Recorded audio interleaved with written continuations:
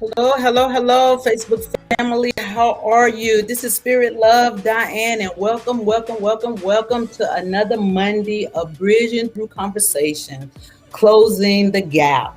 As you know, we're doing word series, and today we're talking about racism. Last week we talked about emotions, guys. It was awesome. Please go back and listen to the replay of emotions. But tonight, guys, we're going to talk about racism, and y'all know this is a taboo, topic to a lot of people, but we're going to bring it forth, closing the gap to something that needs to be talked about in this day and time. As you know, we're having a problem with that critical racism theory thing, right? CRT. But we're going to dab a little bit in that, and we're going to dab a little bit in something else. And we're going to go in this, we're going to go in that. But we're going to try to get an understanding of racism and why no one want to talk about it. Why don't want to talk about racism, right? So tonight, guys, we have Pastor Michael Glenn, and he is a classmate, a good friend of mine. I tell you, he is a friend, a friend. I just love him. I love him. I love him. And he is the pastor of Mount Pleasant Missionary Baptist Church in Belmont, North Carolina. Okay, so we're gonna start this thing out with I'm going to say a little bit about racism. I was reading this book with about Howard Thurman, right?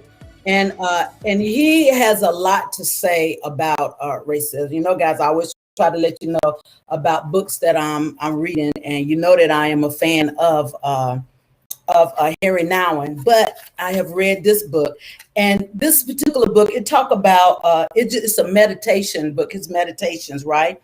And in this particular one, it talk about unity is in God, right? And if unity is in God, and we say that we love God and we represent God, right? That racism really shouldn't even come in the picture with it, right? But it does, right? And in his writing, he wrote, I'm just going to read this short version, then we're going to bring Michael on, right? It says, the behavior of the righteous often seems to be weak, right? Indecisive and uncertain. The righteous seems to find it very difficult to make up their minds and to define their terms, right? And then a lot of times when it comes to racism, right, we have a mix, we have a double mind a lot about that, right? Because we want to say is one thing because this is what we believe, right? This is our ideology of believing, racism, and don't want to talk about it, right? Because we believe this and we want to stay out of the swamp. We don't want to discuss things like that, right? But the thing about it is that because we're so indecisive about it and not certain about it is because we won't have these conversations that we're getting ready to have right now about racism. Okay, so share, guys, share, and come on this conversation with us. Ask questions, be a part of this conversation. Okay, all righty. I'm gonna bring Michael in. Hello. How Hello, are my friend. you? Well, thank you for inviting me to be a part of the dialogue tonight. I'm excited to be here and to interact with you as well as your audience, and hopefully we can create some meaningful dialogue that maybe will bridge the gap between people that don't look like us, and to bridge the gap between people that do look like us, because one of the levels of racism is internalized racism that we really need to address and take out and fill it and investigate it. So thank you, Diane, for inviting me to be a part of this discussion tonight. I'm no great authority or anything like that, but I feel that as a pastor, I do have something to say, and I think that all theologians on whatever level should have something to say in regards to racism and its impact on keeping God's people separated or keeping God's people oppressed. Yeah, and that is so true. So, we skipped over. I told him who you were, and would you like to say anything else about who you are and things like that before we get deep? Because we get ready to dive into this, Michael. Ready to dive into it. Okay. Yeah, I'm just Michael. I've been pastoring since 1982. I've been at Mount Pleasant Missionary Baptist Church for the past 25 years. So that has been my longest stint at a single church. So that has been a great experience for me. I'm married to Dr. Idella Glenn, who is I forget what her title is, but she is the vice president at the University of Southern Maine in Portland, Maine. So, and the topic that we're talking about tonight is really her specialty. Okay. So maybe somewhere down the road, you may want to invite her to come in she has taught me a lot. I just put it that way. So Okay. one of the reasons I wanted to to be a part of your session tonight. Okay. See, we could have brought her on. You guys could have done. Y'all could have tag team. We got this thing going. She could have, like you say, she could have schooled us on a lot of things, right? So true, so true. Yeah, because So we're just talking. this We is just again, talking. yeah, we're just talking. We're We're just just talking. talking. Yeah. So I sent you some questions, and we're just gonna I'm gonna ask you those questions again, and then we're gonna build on those questions, right? So, Okay. what is racism? Wow. Now you really, Diane, opened a can of worms when you asked that simple question, because racism has many, many levels, and sometimes I don't think we understand that framework, that it is multi-layered.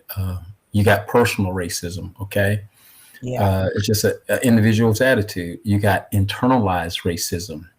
You got institutional racism. You got cultural racism. You got structural racism. So when you use the word racism, literally all these worms come crawling out the can, Yeah. and they are they're intimidating, because I think I heard you in your opening talk about how people don't want to talk about racism, uh, Mhm. but yet it slaps us in the face in some form each and every day of our lives. I know that when we were talking prior to the invite to come on, and I was sharing with you some of the experiences that I've had personally growing up. I grew up in Reedville, South Carolina, small town that's a part of Spartanburg, Greenville counties, a little small rural area. And Diane, one of the first experiences with racism was when I was 11 years old. Um, I was playing football, little league football, and we had just dismissed from practice, and I lived probably a quarter of a mile to a half a mile from the school, and I was walking across the schoolyard, going home. Just merry, happy little guy, just strolling along, and I was walking across the elementary schoolyard, and the janitor of that school opened the door and said to me, an 11-year-old black male, "Nigger, you'll never amount to anything." Mm. I'm 11 years old, and I took off running. And I'm like, why did he tell me that? Why did he say that to me? What did I do? You know, what do you mean I'll never amount to anything? You know, so that was one of the first experiences that was just shaped into my mind, of experiencing racism. The second thing, my encounter, again, I think I was 12 to 14 years old. And my dad and I were returning home from going into the city of Spartanburg, and we were coming back on this rural road that took us into our home.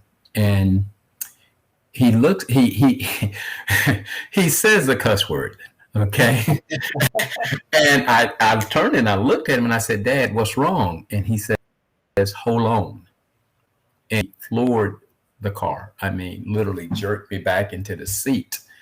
And as he sped down the road, I noticed to my right a gathering of a bunch of people, and there was a cross burning in the middle of the field, and people were standing in that field with hoods on. And Whoa. this was within 1 mile of our home. And he said, "Son, that's a Klan meeting." And he says, "We got to get off of this blankety blank road before something happens." So that's just to share just a little bit about my own personal. I mean, I can give you story after story after story, probably which most people of color can, because they have experienced racism on some degree or some level in their lives, either on a daily basis or from time to time, because it's something that rears its ugly head when Yeah. you least expect it. Yeah. That's when I was coming up, I don't I don't ever remember any of that. I'm 59 now. I turned 59 the other week, right? Right. and Okay. and uh and I mean I would always try to think of like time. Now I did one time, right? But this Mhm. was when I was already in junior high school, right? I didn't know what the difference was between black and white because we all ran together and stuff down in the Right. country and stuff. And my grandparents never taught us stuff like that, right? They always taught us just to love people and just have fun because we was kids, we was just having fun, right? Mhm. And when Roots came out was the Ah, first time that I ever realized that it was a difference, oh, in the race. And that's so, and I feel like so sheltered and naive, right, right. about a lot of Right. things. But Right. that's the way we were raised, right? Mhm. And when Roots came out, right, I just thought it was just so I didn't even think it was real, right? And we went to school when we went back to school after it came on. Um, all of the whites in the school had totally changed. Where we had went to school from elementary, all the way up to junior high now, right? So and Mhm. we all played together, all just all whatever, right? And Right. it was a change when we went back, right? And I'm just thinking, oh my God, what happened? Why? What happened? And so I got on the bus, and one guy that we've been friends for, even before we started school, we were friends, right? Wow. And this is why I hate spitting. And this boy, I don't even cuss. I almost said a cuss word. Wow. This boy spit on me, right? And I didn't even fight. I wasn't a fighter or anything like that. But when I say that I was whooping tail, I was beating him for everything it took because I thought that was the nastiest thing that Yes. anyone could ever do. And I still didn't understand what was going on. My brother had to end up telling me, what was going on. He had to end up pulling me off the board, and then he had to end up yanking me up by my collar and taking me home and explaining to me, what happened and stuff because Wow. I didn't really the movie and the different colors and things just would not set in my head for no Mm. reason. It just would not sit there, right? That Roots was a real thing, that this stuff actually happened, right? But when Mhm. this boy spit on me, and then when my brother gave me the download and all that cussing out and all that stuff that he could do, right, to try to explain to me, then Mhm. it started, going, it started sinking in that God, this stuff is really real, and they really don't like us. Right. But why? My thing is why. So that next question is, what is your? And you said a little bit. You've already said a little bit about it, but why does this? What does this word means to you? Why would this word be so important to you, and to make it and to wanna to explain it to other people and say this is real, guys, and this is what we need to do? Well, I think, Diane, the word carries such a heavy burden for me because as a spiritual leader, as a pastor, um, I see the effects of racism on my people, our people, on a day-to-day basis. From the way in which Poverty has impacted their lives to where they can't get housing. They're stereotyped, they're labeled as lazy, inferior. And all these things have a direct impact on one's emotional state. Okay. And the impact of it, you see it on Sunday morning when they walk into the house of God to worship. Uh, you can see that they're burdened down, and that burden that they are carrying becomes my burden. So, I may be able to live at a different level. Okay. But one thing happens to all people that look like us, no matter how much money you make, no matter where you live, no matter what titles you carry, at the end of the day, you're going to experience racism on some level. Yeah. And therefore, for me, um, I want to be that catalyst of change. I want to challenge my colleagues that don't look like me to become aware of how this one word of racism has for so long been fed with fuel from unfortunately the white pulpits. Because one of the things about racism is one group believing it's superior and see another group as inferior. Yeah. And so when I look at the history of the church, period, I do not see my white brothers and sisters in masses coming to the forefront to address this issue of racism and racial inequality. They are on the sidelines silent. So for me personally, this word has the ability to keep us in bondage, locked in a sinful mindset. Oh, yeah. So I want to break. I want to break through. I want to be a catalyst that can help bring about the necessary change, and at the same time, Diane, a moment of transparency.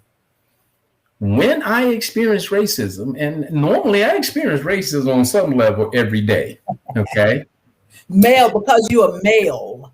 And that's what I was getting ready to Oh, I'm turn sorry. to. I'm sorry. Yeah, because of the fact that I am a black male. I'm a big guy. Okay. I'm almost 6 feet tall. I weigh 232 pounds. So I'm intimidating. Okay. Looking physically. And one of the tenets of racism is that we have been labeled as an aggressive people. You better watch blacks. They are nasty. They are thugs. Okay, that is the attitude of the group in power and how they use labels to create or to keep alive this. We are superior. They're inferior. And so when we get these tags put on us, okay, by racist thought process, then, somebody's got to break through this. Okay. And I think the church is the secret, even though we have been responsible to God's calling on our lives to break through this thing. Yeah. And others, let me share another personal story with you. From my childhood, that might shine a little bit of light on this. There in Reedville, my grandmother lived about 100 meters from us. So, we would go up the road and then into her property. There was a pecan tree on the left. The road separated my grandmother's house from the property on my left. My grandmother's house was on the right. Well, there was a pecan tree on the left, and the limbs hung over the road. So the pecans that were hanging over the road fell in my grandmother's yard. Okay. And I went to her property. So we felt like, well, the limb comes over onto my grandmother's property. So the pecans belong to us because they're on our property. We're not going over to somebody else's property. One day, the owner of that property, a Presbyterian minister, stopped while we were picking up pecans and said to me and my siblings and a couple of other neighborhood kids, "Niggers, put my pecans down." Now, this is the local Presbyterian pastor calling us niggers. My God. Yes. So now think about what impact that had upon us to hear the local minister use the racist term nigger. That's how he saw us. That's how he defined us. And he stands in the pulpit every single Sunday and leads a people. Yeah. Now, what you're saying that that's what Martin Luther King was about talking about. He talked about how you looked so much into your. Let me make sure I want to say it right. I don't want to say something that he didn't say. You look so much how the American people. He said, but America, I wonder whether your moral or spiritual progress have been the degree with your scientific progress, right? It says, it appears to me that your moral progress lags behind your scientific progress. Your mentality outdistance your morality, and your civilization outshines your culture. How much of your modern life can you summarize in the words of your poet Thoreau? Improve means to an unimproved end, right? Meaning that's deep right there. Improve means to an unimproved end, meaning you doing all this scientific stuff to try to improve stuff, right? But it ain't ending up to nothing. You ain't getting nowhere, because this is why you're not getting anywhere, because it says that through your scientific genius, you have made of the world a neighborhood, but you have failed to employ your moral and spiritual genius to make it up to make of it a brotherhood. Whoa. So America, the atomic bomb you have to fear today is not merely that deadly weapon that can be dropped from an airplane on the heads of millions of people, but that atomic bomb that lies in the hearts of men, capable of exploding into the most staggering hate and the most devastating selfishness. Therefore, I would urge you to keep your moral advance abreast of your scientific advances, meaning that you trying your best to get above, right? And going with these titles, your pastor, your Presbyterian pastor over there, right? Trying to get above on that thing, but your morals are horrible. Yes. You're not going nowhere with that, and you're not bringing that the God is in unity is in God, right? And one of my things was, when it come down to this racism, since I have been enlightened on it after so many years, right? That I know that a lot of people don't like me saying this, but I'm gonna say it anyway because it's true that our evangelical churches, right, have truly lost the meaning of who God is, right? And I'm gonna back it up though, Michael, because they really never knew. Because they're the ones that made the slave book, right? They're the ones that was in slavery. And your little group that your daddy was smashing the gas trying to get past were your evangelicals. It probably was your Presbyterian pastor that was the leader, that was the wizard with them. So racism is not spoken upon because nobody want to take responsibility. Nobody want to take responsibility for it, even though it is on both sides. But where did it stem from, and where is it still coming from? Right. Diane, when you think about the history of America, when you just sit down and seriously give some serious thought to the history of America, white America gained its power through oppressing others. Yeah. Okay. White America also created its wealth on the backs of others. They created the upper hand by stealing the land from the Native Americans. And in some cases, they gave them, quote, money, but nothing And near don't of forget, uh, yes. So we have this system in place of power, but look how they created their wealth and their power. It was off the backs of others.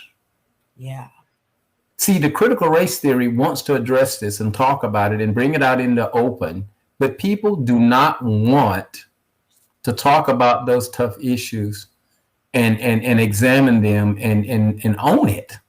yeah, One of the things that I tell people all the time is that you have to own your stuff.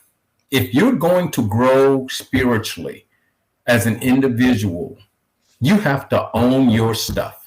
Whatever shortcomings you have, whatever flaws that are a part of you, you got to own it. yeah, You cannot sidestep it. You can't make it somebody else's stuff. You got to take it, turn it over, examine it, smell it, taste it, whatever is necessary till you get a complete understanding of the why you do what you do.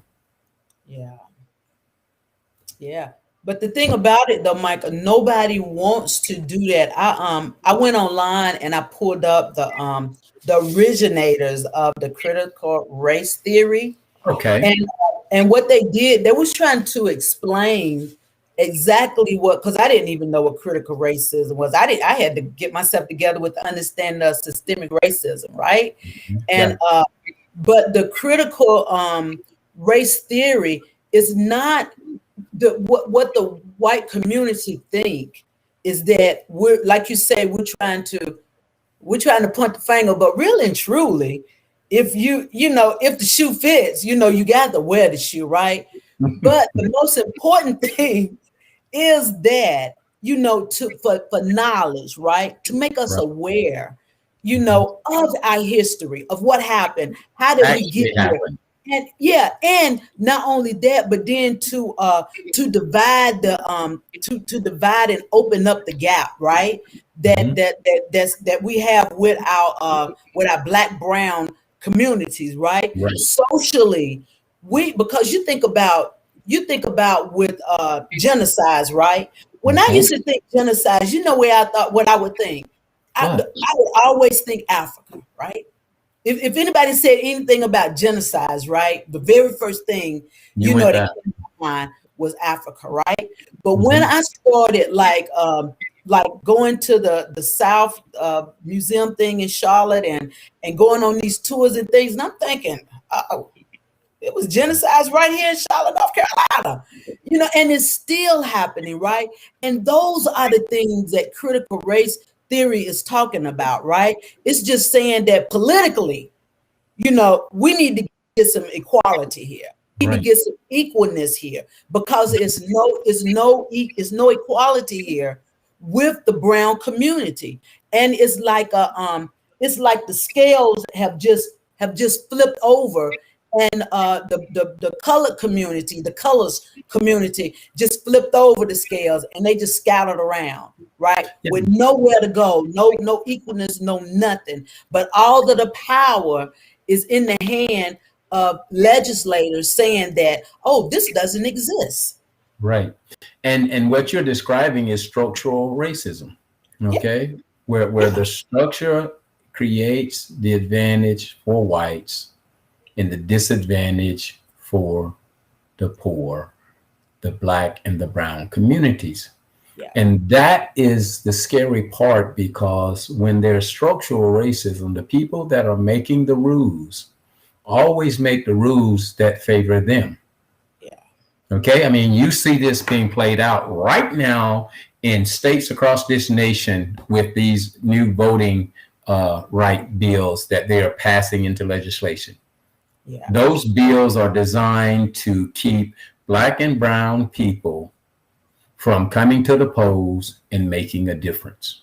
right, So these Republicans have found a loophole that they're using to again slant the power into their base so that they can keep oppressing people from voting. A simple thing of voting, Yeah. okay? To pass a freaking law that says you can't give anybody something to eat or a drink of water while they're standing in line waiting to vote. But you know what? I'm gonna. This is what gets me, and I know that somebody else is thinking this. It has to be thinking this. That this is the stupidest thing that I have ever heard in my life. Sometimes I be listening to these people that's supposed to be intelligent, right? Law Mm-hmm. degrees and and been in this political range for so long, and they're supposed to be brainiacs, right? But Mm-hmm. they say some of the dumbest things. And I'm saying, did anybody catch that? What did anybody hear what I just heard? Because I said this is really crazy. The logic of what these people think is just like crazy. That it just seemed like that when they said that they would catch it and they would say, "Oh, you know that's crazy." We that did not. That's not happening. And they just let it just go on. And sometimes I have to really go back and check my insanity. One thing that I ask God is that my mind stay regulated, because if I don't keep asking God for my mind to stay regulated, these crazy nuts that's in our political range would drive you completely crazy and think that Right. your mind is out of whack. Mm-hmm. Well, think about institutional racism for a moment. For a long time, institutions, colleges, and universities tried to do better, to do right by people of color, to bring the enrollment numbers up. And then we get this whole argument, oh no, then if you do that, and you're denying the right of some non person of color, the Yeah. right to you, they're taking my spot. Yeah. We, and I think, Diane, that when I sit back and I listen, like you say, I listen to the talking heads, people that are leading this nation, leading these states, what is no other way to describe it but blatant racist statements, Yes. and nobody checks them, and nobody Nobody. checks them. And this is where I say the church, the black church will speak up, but where's the white church? Yeah. Where's the outcry of the white church when these kind of racist remarks or statements are being made, and the white church does not speak up? That's why I've got to stay at the forefront of challenging my brothers and sisters who are in these pulpits, who are teaching religion at these institutions. I've got to be in their face from time to time to say, hey, you know what? We're doing an injustice to God's word when we remain on the sideline. Yeah. And we know that racism is running rampant throughout this country. White supremacy has come full circle. Yes. Okay, my Wait a minute. grandparents. Wait a minute, Michael. Wait a minute, Michael. Wait a Okay, minute. Let me do a disclaimer. I don't want nobody to come after us, okay? Wait a okay, all minute. right. Wait a minute.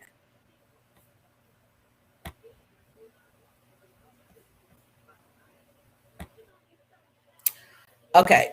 I want to do a disclaimer because something is getting ready to come out that somebody might try to come after us. So, this platform discusses any and all information that is known to the public, and that are opinions of the host and guests.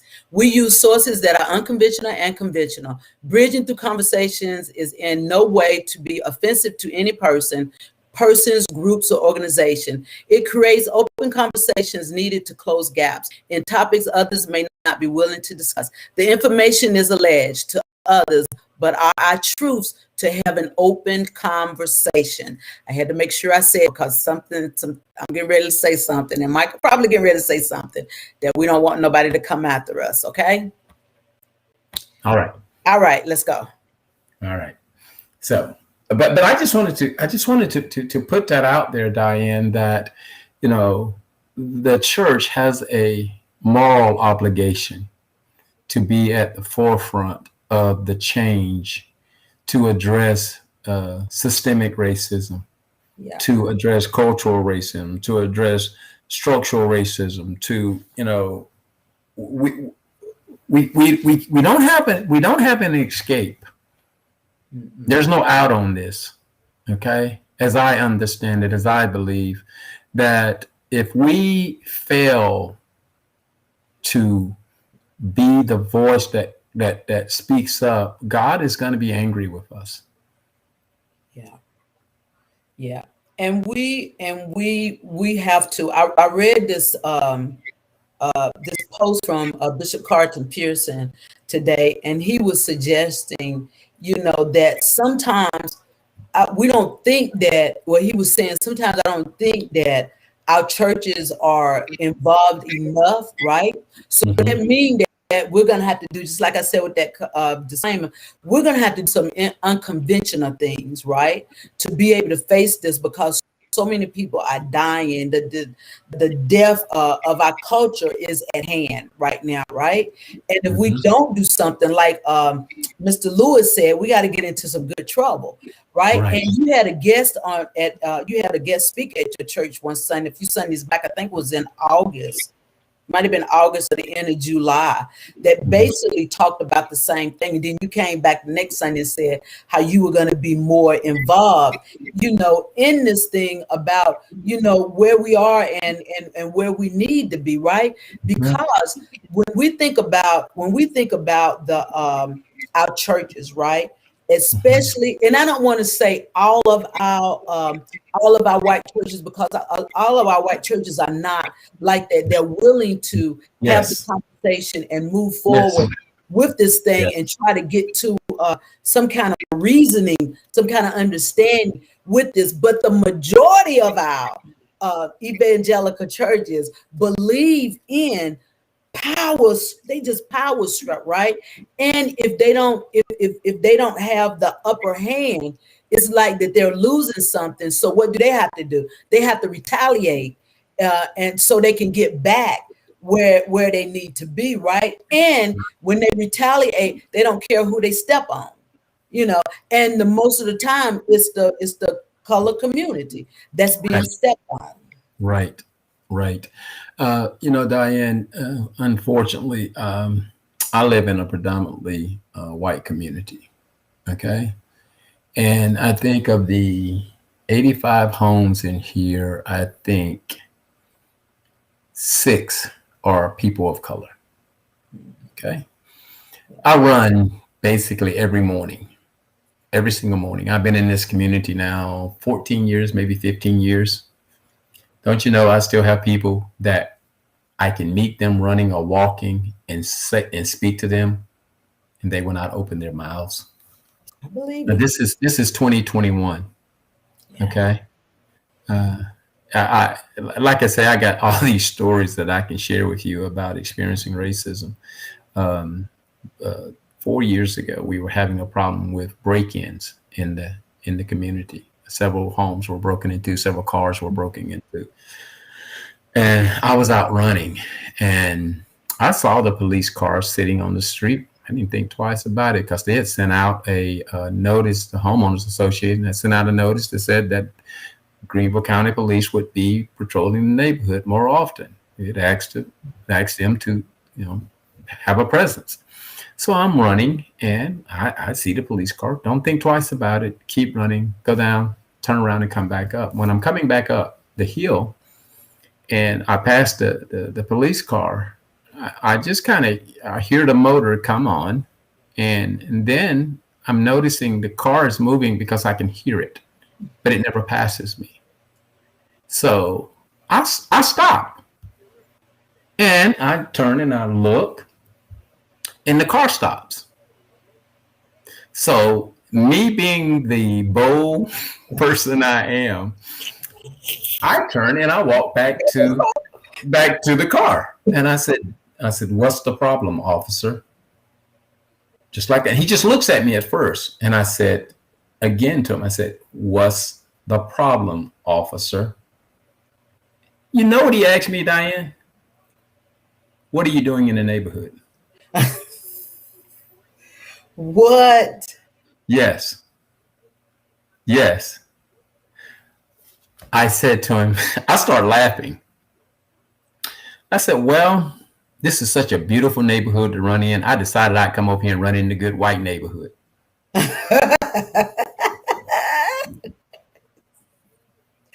Oh my God.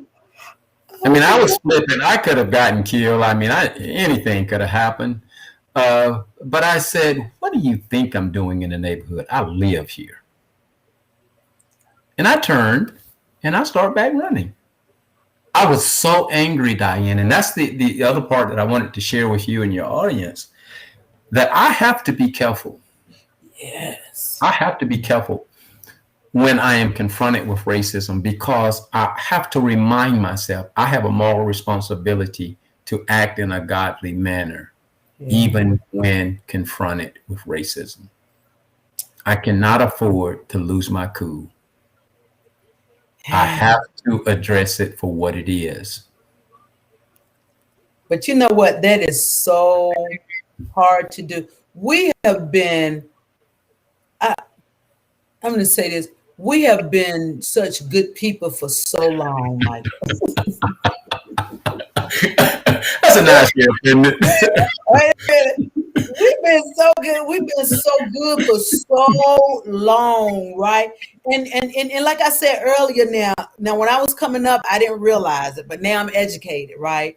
And I Uh-huh. go back and I look at history, I watch movies and stuff like that, and read about exactly what happened. And I'm thinking, we have been so good. We deserve an A for effort. We deserve an A for amazingness, if that's a word. I don't know. I'm just going to make up some words.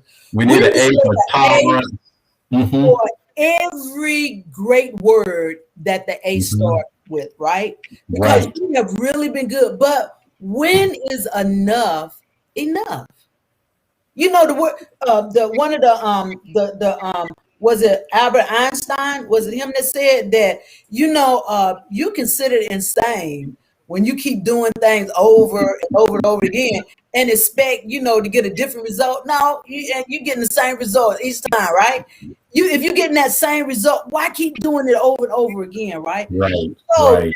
what do and then I'm going to say this: our young men now, they ain't nothing like our forefathers were. They ain't nothing like I was, my generation, the little generation before me, and maybe the other generation before that generation. Ain't nothing like that. The generation, my children and up, they don't care about you. They don't. They just don't care. They will quickly tell you who they are and what they're gonna Mhm. do to you and Right. stuff. So when is enough with us that we can begin to show in a more way, in a good way, right? Mhm. That there's a better way to do this thing. There's a better way to confront people that think that we don't belong, because we most definitely belong.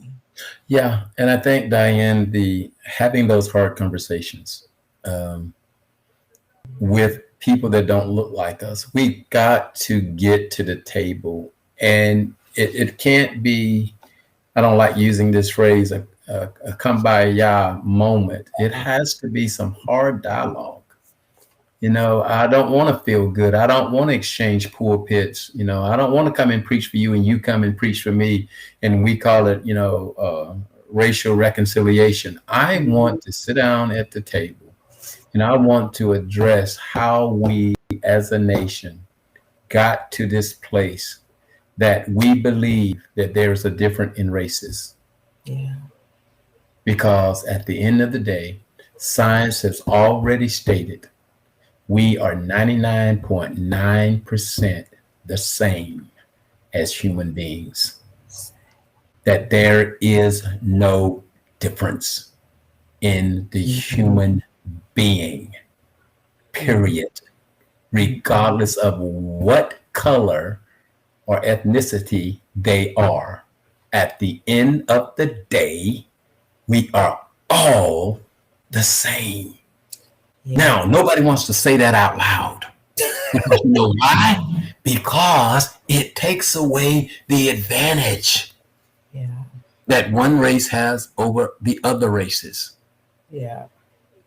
But you got to remember how they got the advantage by creating a disadvantage for people that didn't look like them.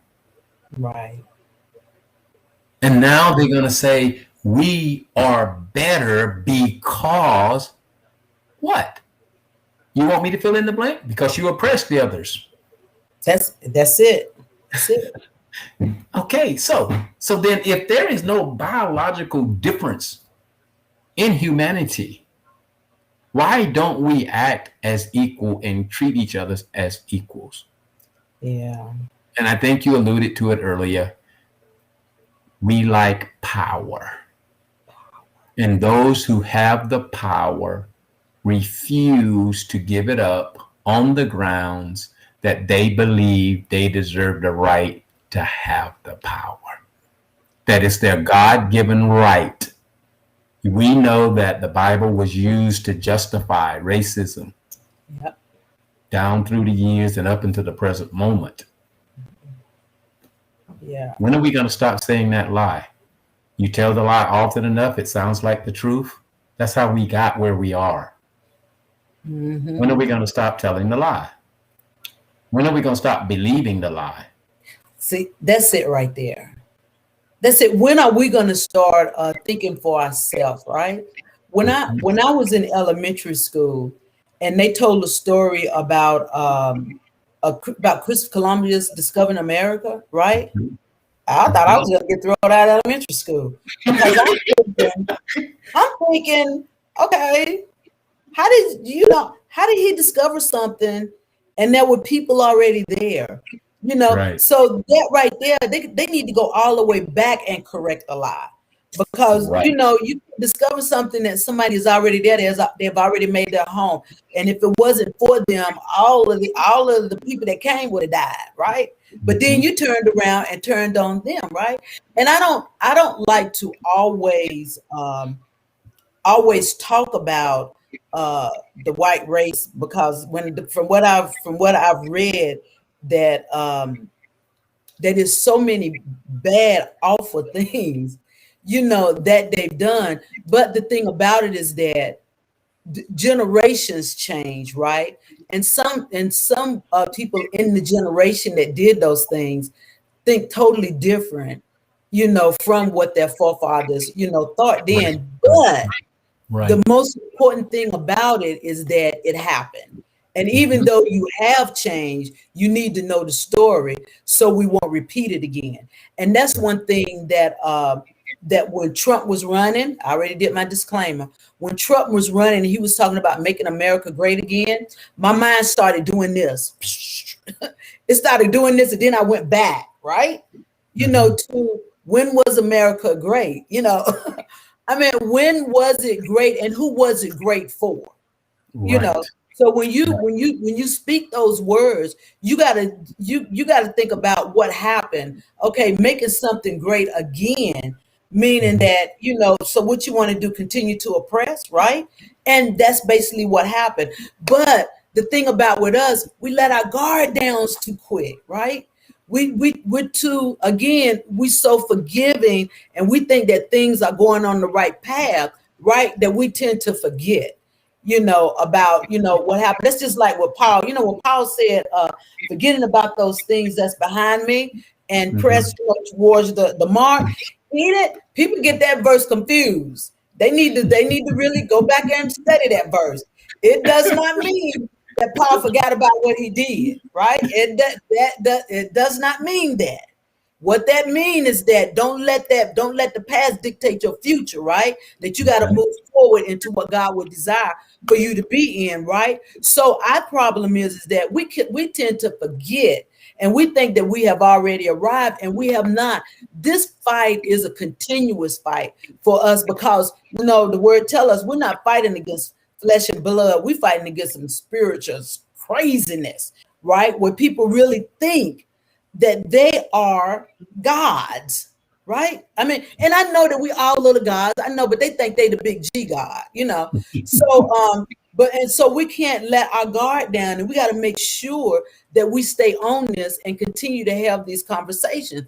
Because if we don't have these conversations, that means we're going to be stuck again. And that's what Carlton Pearson was saying today in his write-up, is that if we don't do something, then we're going to lose our culture because we're dying. Mm-hmm. We're Yeah, dying. the thing that I know is that I have a 11-year-old grandson and an 8-year-old granddaughter, and you have grandkids also. The things that um, the things that I have experienced in the 63 years that I've been on the face of this earth, unfortunately, my 11 and 8-year-old grandkids potentially will experience the same type of incidents unless we change this world, okay, and we change our mindset. My grandson will he's his dad is 6'8", 6'9", okay. My grandson is probably going to be that tall also himself. So, being a big kid like that, people are going to be intimidated by him. And if he's racially profiled, as they will do when they see people of color, he could potentially end up at the end of a gun pointed in his face for just being a big, tall black kid, Yeah. and he could lose his life. Now, why am I want to talk about racism? That's why I want to talk about racism, so that I can give my grandkids a fighting chance to live in a better world, to have a meaningful life, to where they are not labeled by the color of their skin. Okay. About 2 years ago, our grandson, Trey, is a very intelligent kid. I mean, just incredibly smart. And one of his teachers recommended that when he was getting ready to go to the next grade, that he be tested for, the gifted classes, right? Well, when he gets to this, whatever, he there said he didn't qualify. Mm. Didn't give him the test, just said he didn't qualify. Of course, with my daughter being my daughter and having a lot of me in her, thank God didn't sit back, and she became proactive. Okay. Yeah. And she got him and got the test, and he qualified for the gifted class. Okay. Because, again, he's a little brainiac. Okay. A little nerd, but, and so, him already experiencing that kind of stuff. And, I think he was 9 at the time. Why is it that he has to go through the same crap that I went through, that my dad went through, that my grandfather went through, that my great grandfather went through? He's 11 years old. Yeah. And nothing's changed. Yeah.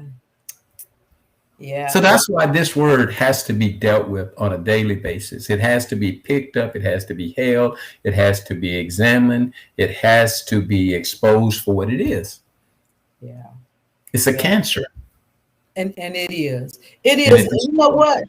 And you saying, I think that's the same thing that Bishop Pearson said, that it is a cancer, and it just spread. It has gone all out of control. It has hit all of the organs. And the only way that we can cleanse it is that we have to be proactive. Because you think about when you gave that example, it just made me think about. I just started thinking that power struggle, that they're trying to have, right? and they don't want us to get part of that. But I'm gonna tell you, we pretty much geniuses, right? We just don't act like it sometimes. But we're pretty much geniuses, right? And but what we have to do is we have to let our children know that you can succeed, right? Yes. You know, Yes. I always tell my granddaughters that nobody have to tell you you're beautiful because you Right. know you're beautiful. And I'm Right. not saying it for you to be in a bad conceited way, right? But I want Hmm. you to know it in that conceited way that you don't let nobody degrade you, There you right? go. See, and Right. that's the way we have to be because we have been brainwashed for so long with that we're nobodies that now we have to begin to cleanse that stuff, out of our black and brown, family, and let Right. them know that we are something. And no matter what people say, that we can evolve to be whatever we desire to be because God made us that, right? That Right. that He innate something in us, and He desires for us to do it, right? And Hmm. and we can do it, right? And then it brings me back to like like all these killings and things, right? When they talk about like black on black crime all the time, right? That is so funny to me. And I know I'm not talking about because the people die, right? But Right. it is just so funny to me that you make black on black crime so big, and that's systemic racism to me too, right? That you make it so big, but the most people that have died in our United States come from the white terrorism, right? So, and that's another way of them trying to put things in our mind that we're this, that we're bad people, and that because of our skin, that black don't do anything good. Black is just a spot, and it's a Hmm. bad thing that people want to wash away and stuff because it's just a bad stain, right? But that's not true, and we need to make it live that that's not true. To Exactly. keep putting us in that category. Yeah. Diane, I think where we need to be awakened in our society is the internalized racism. And internalized racism is when we, people of color, take on the mindset or the value system of the oppressor, That's and right. we believe the stereotypes that black people, when we start being afraid of our own people. Okay, when we believe the lie that our people are lazy people, when we believe the lie that black people are dumb, when we start using language, when we Yeah. start using the labels that the oppressors use on us, when we start using those labels and terms, we're in trouble Yeah. because now we stop seeing each other as brothers and sisters. We Right. stop seeing each other in the same bucket. Right. Okay. And then we actually become a part of the problem Hmm. We're and the not oppressors now. right. Yeah. We oppress our own people. Yeah. Okay. Mhm. That why is it that I should be afraid of people that look like me? I shouldn't. We But if shouldn't. I take the mindset of the oppressor and begin to believe what they say about us as a people, Hmm. that is, we're in trouble. Yeah. We're in trouble. So yeah, Most the definitely. internalized racism is a thorn in our side. When we talk about good hair, what the heck is good hair? I don't know. I don't have many anymore, but Oh, what was wrong with my kinky hair or not my one nappy? thing. You know, Not one thing. not one thing. Mm-mm. Or this whole skin complexion thing. Yeah. Fair skin or dark skin is bad. Fair skin is good.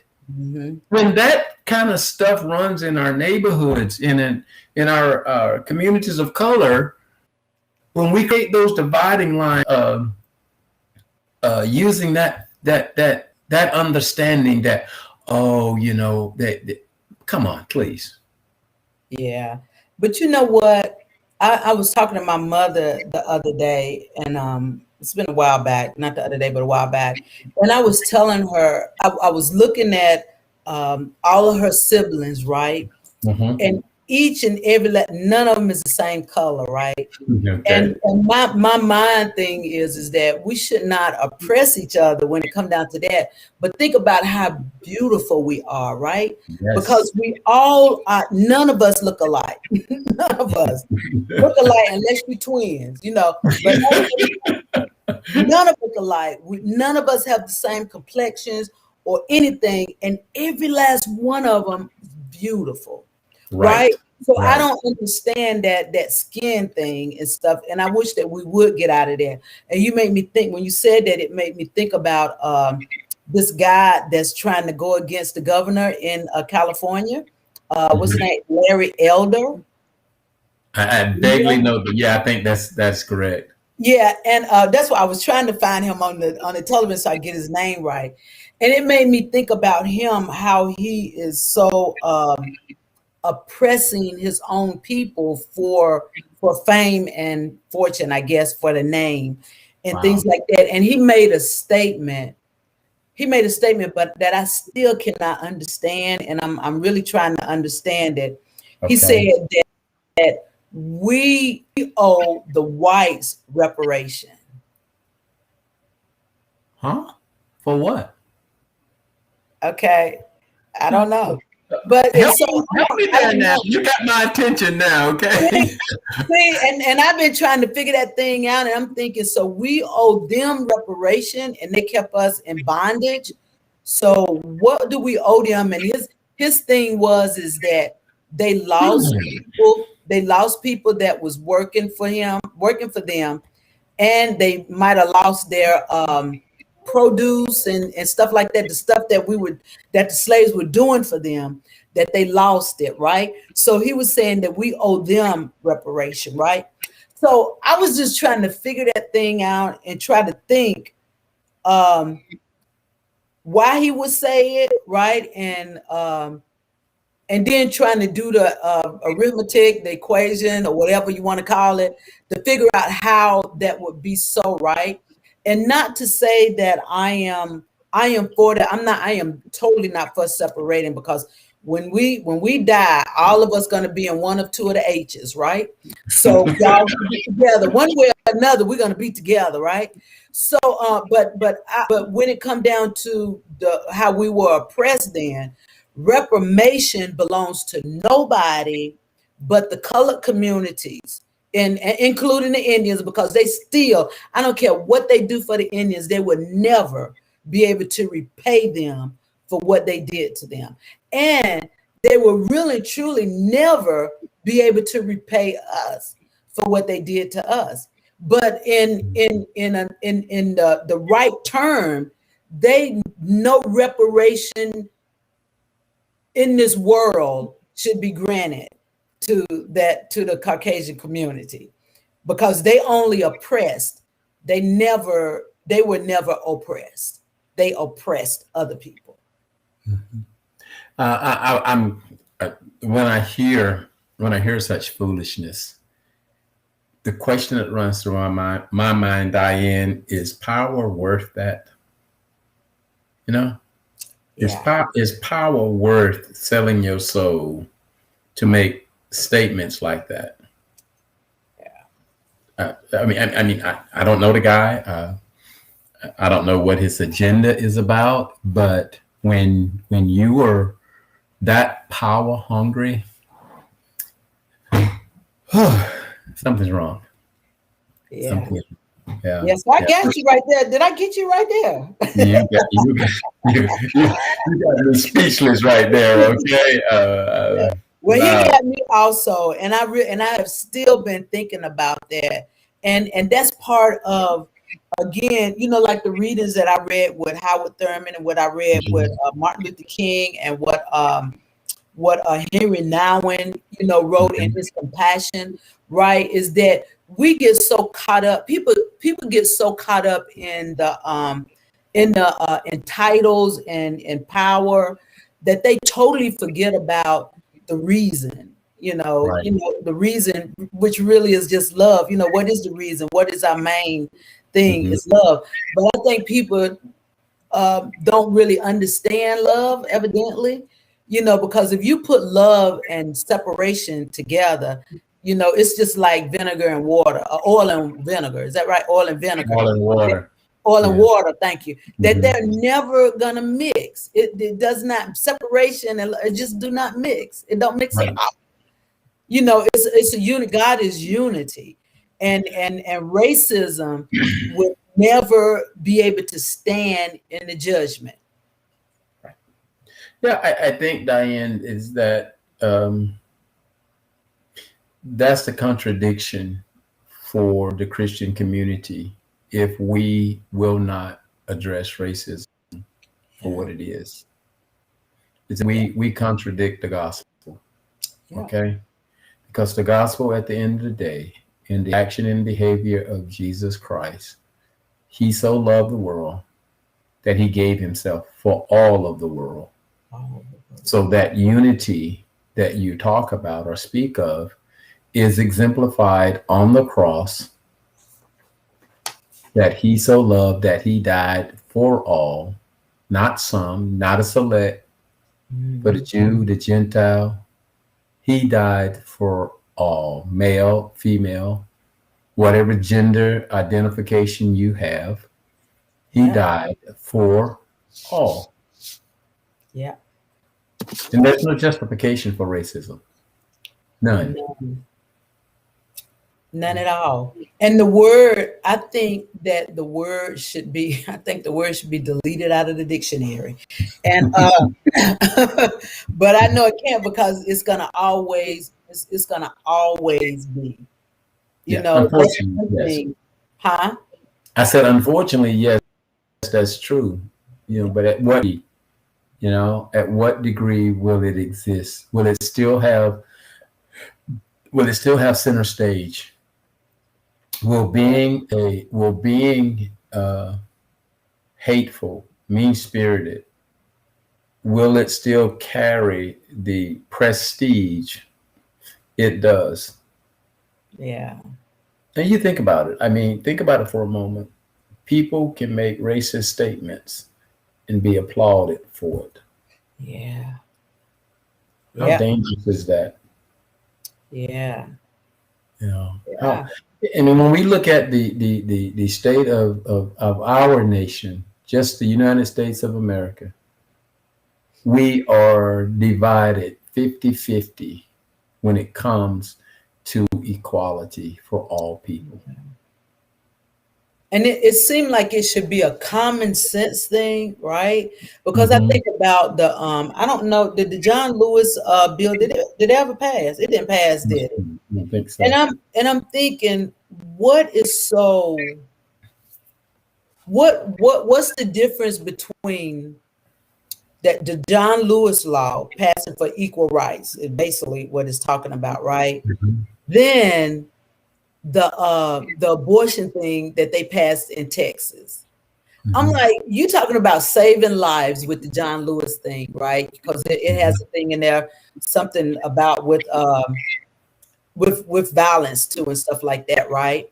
But then you talking about, you doing this thing, and then you turn the abortion thing into violence, right?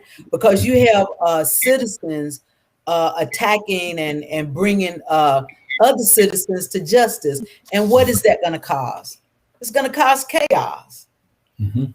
Mhm. people dying and stuff, so they just so it seems like they just so backwards in this stuff, and it always round right back up into separation. Right. It always round right back up into separation. You stay over on that side of the track, and just let us stay on this side of the track, and don't worry about crossing the bridge at all. Just stay over there, and we stay over there. Well, I think you summed up what the scope of what racism is. It is separation. Yeah, It's intended separation. yeah, It's purposeful separation.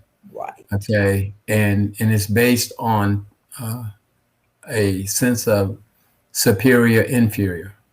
Yeah, And unfortunately, it's got a toehold on this nation, oh, really across the world. I mean, when you talk about racism, it's not just the United States. It's a world issue, Yeah. and it has to continue. And I'll say this, and then I don't know how much time we got, but I'll say this is that until we make erasing racism a priority, the Christian church, when if the Christian church really takes serious its calling, Yeah. racism will be at the forefront of our attack on sin, because Yeah. racism is a sin. Yeah. Yeah. Yeah. And it's going to be like you say, it's going to be a and this is so sad. And I shouldn't even say this, but it's true. Like you said, Michael, it's wars. It's going to be like wars against the churches. That is so sad. Mm-hmm. That is Yeah. really sad. And the craziest thing about it is going to be war, but it's already wars. Let me stop saying gonna be against the churches, and it's all in the name of God. Yeah. Yeah. Whoa. Diane, you touched on something there, because our history show that you know racism uh, of the past was blessed by the church. Yeah. You remember I told you that It's a the scary thought. grandmaster of that group that you and your daddy passed was that Presbyterian preacher. Oh my God! I wouldn't be surprised that the choir director and the head deacon didn't join him. Okay, so Yes, yes, yeah, unfortunately, that it was a community thing, yeah, Diane. And that was one of the things that my dad always taught. I'm a byproduct of 8 boys. Okay, and my dad always tried to instill in us that we needed to watch ourselves when we were away from home. yeah, He said, "Sons, he would say, boys, you can lose your life out here real quick." We yeah. knew what he was saying, you know, Mhm. that one step out of line and we could die at the hand of a person that did not look like us, Yeah. and nothing would happen to him. And nothing would happen to him. And Yeah. I think that is just I never could. I really, and still now, I'm just going to be honest. Still now, I am still just a little naive of some of this stuff because it just seemed like unreal to me, right? Mm-hmm. That things like this can happen, and people just walk away from it, right? I Right, think right. about with all of the killings that the policemen and things did, and they know they was guilty of it, right? And they just walk away. Just like it's still like it is like the colored communities, life is just nothing. We're just nothing. We're just like people that you could just step on and just keep walking, and nobody even think or have a second thought, about it. And it scares me because I have 3 boys, and I always try to tell them, the same thing, and one of my sons, they got a lot of mouth, right? And I always just tell them, just and and it's sad that you have to do that because one of my sons is like about 6'4", I believe, right? And so Mm-hmm. his build is like, standing over. And I'm thinking, why do we have to shrink ourselves down? And you can stand as tall as you want to, but we have to shrink ourselves down so you so-called not afraid of us. Why are you afraid of us? Doggone, we've been letting y'all get away with stuff for over 500 years. So why y'all scared of us? We ain't done not one thing. It ain't like we couldn't have killed you, but we didn't. I mean, you know what I mean? I'm just, I'm just saying that they could have, Right. didn't. But I'm saying, why do they say that they so scared of us and then they have to retaliate with that, which is racism just going around in a boom boom, right? Mhm. And we don't retaliate. You know what I'm saying? We don't retaliate. Well, I think part of the lack of retaliation has to do with the fact we know that the judicial system is against us. And where they can say that, they were standing their ground and they can take our lives. But if we say we were standing our ground with them, the system may work against us. Yeah. And that's critical race theory. And that's what we're going to end it on, because I'm going to tell you, we brought this around in a circle, right? Yeah. That is what critical race theory is that to bring it back around with the legal system and what's not, was injustice, for certain groups of people, Right. right? So all that we talked about is that, because we stand tall and we're confident in ourselves, that we have to give an account of that, right? Mhm. No, you don't have to give an account of it. So why do I have to give an account of it? And that's why they want to talk about critical race theory, to even that gap, because that is a humongous gap with the Yeah. communities. There's a wide gulf. Yeah. And like I say, Diane, people don't want to talk about the elephant sitting in the room. No, they don't. But the elephant there, and they're making their self notice, because they're gonna make a sound. Yes. Eventually, it's gonna be a sound off, Right. there, and you either listen, or we're gonna be keeping at your toes. Yeah, I'm gonna flip this thing around. You know how in Genesis, I think it's 3:15, talk about the woman will bear a seed, that'll crush the head of the enemy, right? But the enemy will keep nipping, at our heels, all the time, right? That's what we should be doing.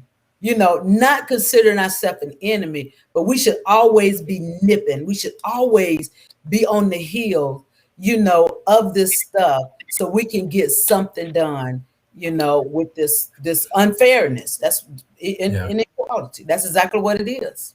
Yeah. And I hear you loud and clear. And as I challenge um, my colleagues that look like me, because we have the means to get the attention of the masses that look like us, and remind us that the battle hasn't even begun. Mm-mm. No. We're just scratching the surface. I think George Floyd was a keg of dynamite, okay, that opened the floodgates for us to bring about the changes that this world we live in, this United States that we live in. I think his death, his sacrifice, is an opportunity for us as the people to address the systemic racism, the personal racism, or internalized racism, institutional racism, whatever label we give to racism. Uh, Here's our opportunity, and we have to seize the moment. I want to say thank you for allowing me to have this conversation with you, to be a part of this conversation, and I hope that we said something that may help someone, or to get someone about how they can be a catalyst for change, how they can look at all of the different levels of racism and get in where they fit in. Yeah. And that's the most important thing right there. Just get in where you fit in and be consistent. Once you get in there, be consistent and know that this is not going to be a piece of cake, because Right. it doesn't work like that. It's going to be a struggle to get, where we need to be in this political thing of systemic racism. And it's not only for us, it's for our generations to come, that we need to let them know that they do have an opportunity to be above the status quo of what other people may think uh, we should be, because we Yeah. can be and do whoever we could be, whoever we want to do, and should be able to do, like in educational wise, the things that we need to do to get to where we should be in life. Yeah. So thank you so very much for coming, Michael. Thank you, thank you. Maybe Enjoyed we it. can get your wife on here and we can go further with this, because we could only go so far, because we not, this is not our profession. We just, Yeah. this is Yeah. just our unconventional and conventional opinions. And And we will get her. We will get her on. I promise you. We'll make that happen.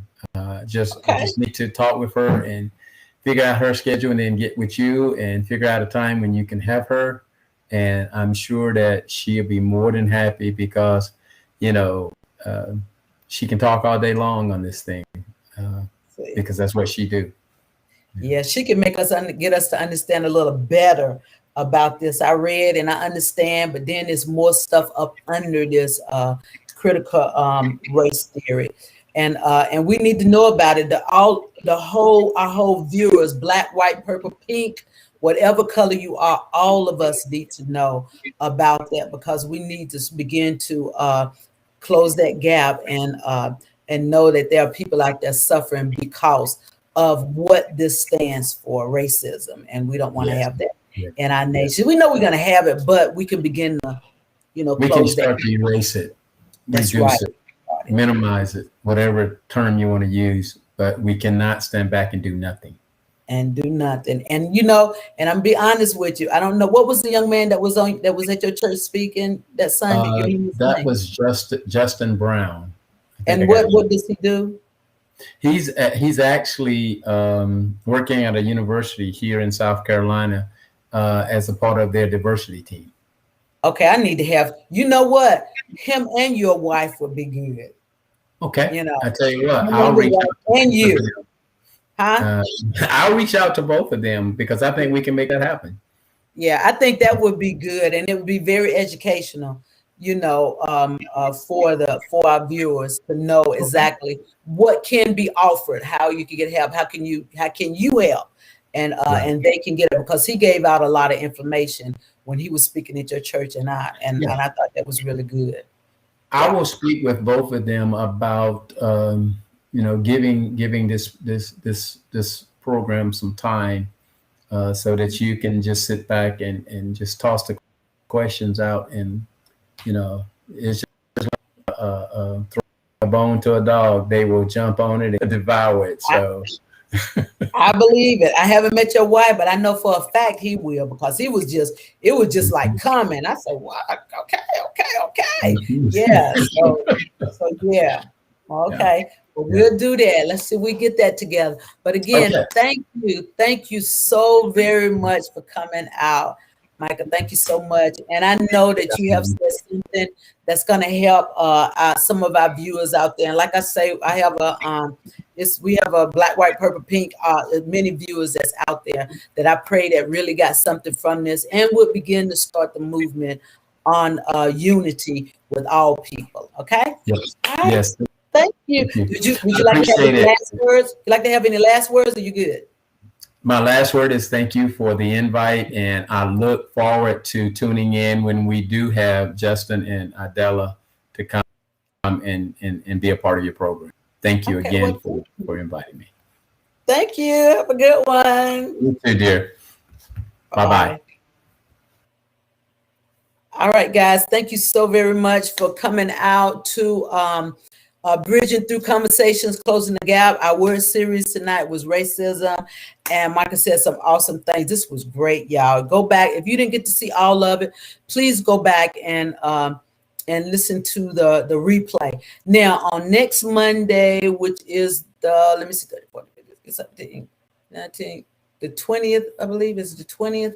The 20th, I think. We're going to have Prophet Darnell Edwards, and he's going to be talking on the word prejudice, right? And when you think about these words that we're doing, they somewhat go in together. So he might hit on some racism. He might hit on some emotions and all that stuff. These words, they like go in together. So but we're going to be talking about that next month. So please guys, share this. Let somebody hear this, because somebody needs to know something about racism and know that we just need to put a move on there. And this is not just for the colored community, right? The black and the brown community, and the black and the brown community, but this is for all communities to be unified, because as Howard Thurman said in his book, unity is in God. And the only way that we can be of good to God is that we got to come together and we got to make this thing work. Okay. All right. Thank you so much, Spirit Love, Diane. And I love you. And there's nothing that you could do but love me back. Guys, I'm going to do some advertisement before I go off. Okay. All right. Okay, guys, look, we're getting ready to start this new thing on Thursdays. It's called Flow. Okay. And we're going to let me take this off. We're getting ready to do a new thing called Flow, and we're going to be talking about dreams, visions, and prophecies, right? Fulfilling life on wisdom. Okay, Flow is an acronym, right? And it means fulfilling life on wisdom, right? And we're going to be talking about things that people may be wondering about those dreams, vision, and prophecies shared, right? Join us starting October the 4th, 2021 at 7 p.m. Eastern Time on Thursday nights. And our hosts are going to be Minister Verna Wells, Minister Karen Stewart, Prophet Donnell, and Edwards, and me. Okay. And you guys are going to get something out of this. And we want you to come in and join us and talk about your dreams and your visions and your prophecies. I know some people think, when stuff happens, they say, oh, deja vu, right? But, sometimes it might be something that God is trying to reveal to you. Okay. So dreams and visions, they are real, and prophecies are real. The way that you tell if a prophecy is real is when it's fulfilled, when it comes to fruition, right? When it actually happens. Okay. So think about joining us on Thursdays. Okay. Thursday starting October the 4th at 7 p.m. Okay. All righty. Okay, September the 24th at 7 p.m. and September the 25th at 12 p.m. Am I my sister's keeper? And that's going to be something what Serve with Love do. And we're going to be working with domestic violence, women of domestic violence. And we're going to have different speakers for that night. Please come out and be with us on those days. Okay. All righty. I thank you so very much. I love you guys. And there's nothing that you can do